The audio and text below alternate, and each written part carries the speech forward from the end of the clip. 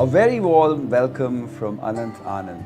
If you recall, we did the first 3 stages of design thinking in the last video. That is empathizing, defining, and as well as ideating. At the end of ideating, we had a large number of ideas. Most of them were workable ideas which have been picked up. Now we have to see whether they were implementable or no. So for this, the next stage comes is prototyping. Prototyping is nothing but creating a simple theoretical model and later on work it out in such a way, prepare it for the testing process. The next process, the next stage that is there is testing. So between ideating and testing is creating a model, a prototype, wherein the ideas that were collected at the end of the previous stage could be sat and worked upon by collecting the real users, could be made ready for testing. So for example, in this case of the counseling in the school session, which we talked about in the previous videos, so there were a few ideas that were workable. So if you remember, we said that they could be 1 hour of counseling per week on Mondays, wherein pep talk would be given to the students who were not doing where too well, just to boost their confidence up and make them feel good. And then maybe on Mondays this could be. Then on Tuesdays it could be a maths session with creative puzzles, creative worksheets. Then on Wednesday it could be the same, partly for maths and partly for English. And on Friday there could be sessions on English with creative workshops, creative worksheets, puzzles and games, which would make the student interested in the subject and draw the student more towards the subject. These were the ideas that were generated.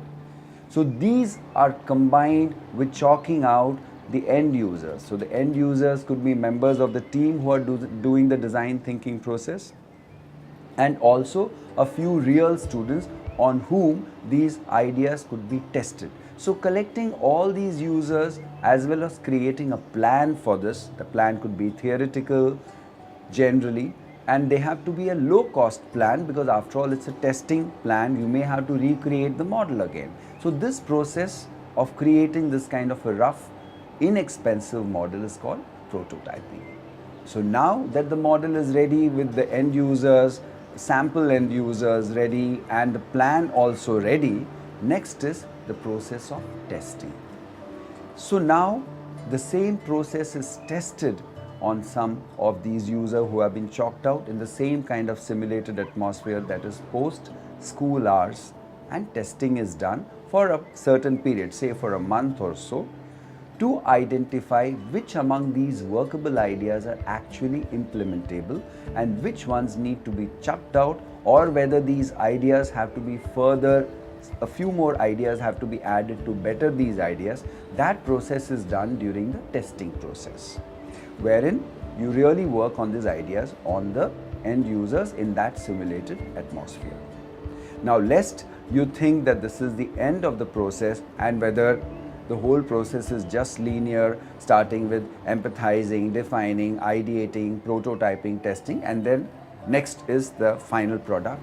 Lest you remember that way, I told you in the previous PPT that the process could be reiterated. So if you look again at the PPT, let's go through the diagrammatic representation.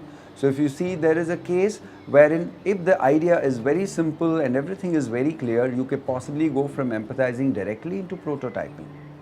Or in this case, once you ideate and get into prototyping, when you actually do the prototyping and testing, you realize that the practical model is not actually working, so you may have to re-ideate. Or you may even have to redefine, as you see in this particular diagram. Possible from testing, you may have to redefine the whole process. You may have to re-ideate the whole process. So you see that the process is looped and re-looped again and again and again. It is not a linear process till you get an implementable final solution.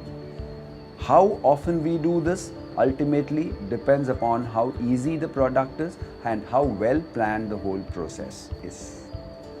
So at this particular stage, we gave a rough run of the various stages of design thinking process. I do hope that you got some idea of the process. In the next videos, we will take up each of these stages in a much more detailed way with much more interesting case studies. Till then, hasta la vista.